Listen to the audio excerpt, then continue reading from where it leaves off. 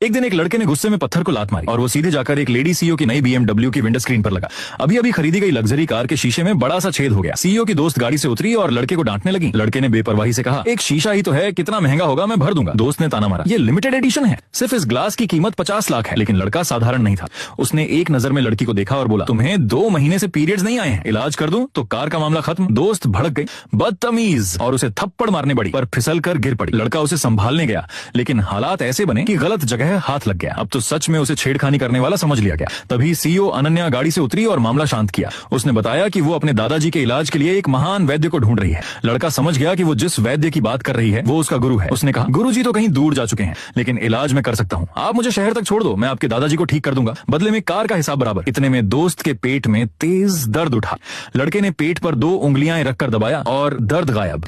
अब अनन्या को यकीन हो गया कि उसे सच में इलाज आता है। वो उसे घर ले गई, लेकिन इलाज शुरू होता उससे पहले ही एक अमीर बिगड़ा हुआ लड़का करण अपने लोगों के साथ आ धमका। करण बोला, ये कोई बाबा टाइप धोखेबाज है, अगर ये दादाजी को ठीक कर दे तो मैं इसके सामने घुटने टेक दूंगा। लड़के ने शांत स्वर में कहा, दादाजी के शरीर में जहरीला कीड़ा है, जान ले सकता है। सब चौंक गए। अनन्या के पिता ने हाथ जोड़कर इलाज की विनती की। करण बोला, सिर्फ बीमारी पहचानने से कुछ नहीं होगा, ये दुर्लभ जहर है, बिना खास उपाय के कोई नहीं बचा सकता। अनन्या निराश हो गई। तभी लड़का बोला, इलाज है, लेकिन मुझे तुम्हारी स्टॉकिंग चाहिए। सब हैरान। दोस्त फुसफुसाई, देखा यही है असली इरादा। अनन्या झिनकी और लड़के ने सख्ती से कहा, अगर अभी नहीं दिया तो दोपहर से पहले जान चली जाएगी। दादाजी की जान बचाने के लिए उसने स्टॉकिंग उतार कर दे दी। लड़के ने उसे मोड़ा, कुछ मंत्र जैसे इशारे किए और हवा में उछाला। अचानक स्टॉकिंग से अजीब सी ऊर्जा निकली। कुछ ही पलों में दादाजी उठ बैठे और मुंह से काला कीड़ा बाहर निकल आया। करण और उसके लोग शर्मिंदा होकर चले गए। होश में आते ही दादाजी ने घोषणा कर दी, मैं अपनी पोती की शादी इसी से करूंगा। अनन्या ने तुरंत मना कर दिया, पर तभी आसमान में तेज गर्जना हुई और लड़के के हाथ में अचानक शादी का एक कागज आ गया। हालात ऐसे बने कि उसी दिन दोनों की शादी रजिस्टर हो गई। लेकिन अनन्या ने साफ कहा, ये सिर्फ दादाजी के लिए है, हम अलग अलग कमरे में रहेंगे।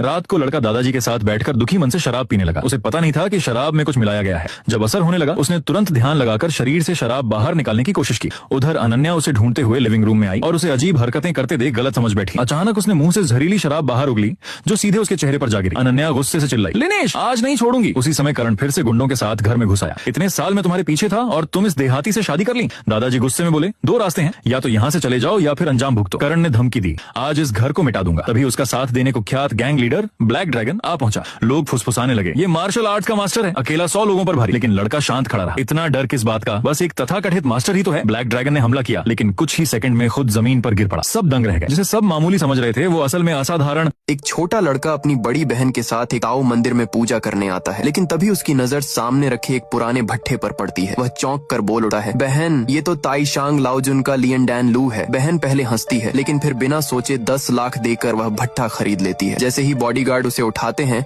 एक का पैर फिसलता है और भट्ठा सीधा बहन की ओर गिरता है। अगले ही पल, 7वीं बहन, आपको कुछ हुआ तो नहीं? सब दंग रह जाते हैं। लड़का बिल्कुल शांत खड़ा होता है। तभी बहन समझ जाती है उसका छोटा भाई साधारण नहीं है। इसके बाद बहन उसे लेकर प्राचीन वस्तुओं की मार्केट में डू शी खेलने पहुंचती है। वहीं एक आदमी एक कच्चा पत्थर चुनता है और घमंड से कहता है, इसमें बड़ा माल निकलेगा। लेकिन लड़का तुरंत बोल देता है, छठी बहन, इस पत्थर में कोई जेड नहीं है। आदमी गुस्से में हंसता है, एक बच्चे को क्या पता, मैं महीनों से इस पर नजर रखे हूँ। पत्थर काटा जाता है और अंदर कुछ भी नहीं निकलता। आदमी बौखला जाता है, ये नामुमकिन है। भीड़ में आवाज आती है, किस्मत में पैसा न हो तो गलत रास्ते अपनाने से भी कुछ नहीं मिलता। गुस्से में आदमी चिल्लाता है, सब तुम्हारी वजह से हुआ। बहन ठंडे लहजे में बोलती है, अगर मेरा भाई इतना गलत है तो उसे भी एक पत्थर चुनने दो। ठीक है, चुनवा लो। लड़का मुस्कुराता है, 7वीं बहन, मुझे पत्थर चुनना अच्छा लगता है। वह एक नहीं 10 से ज्यादा पत्थर चुन लेता है। सब हंसने लगते हैं, इतने सारे, इनमें से एक भी निकला तो किस्मत। बहन बिल चुकाती है, 1 करोड़ से ज्यादा। भीड़ सन्न रह जाती है। बहन कहती है, कटिंग यही होगी। मशीन चालू होती है, पहला पत्थर कटता है, चमकता हुआ जेड, दूसरा, फिर जेड, तीसरा, फिर जेड। पूरी मार्केट में सन्नाटा छा जाता है। जिस आदमी ने मजाक उड़ाया था उसका चेहरा सफेद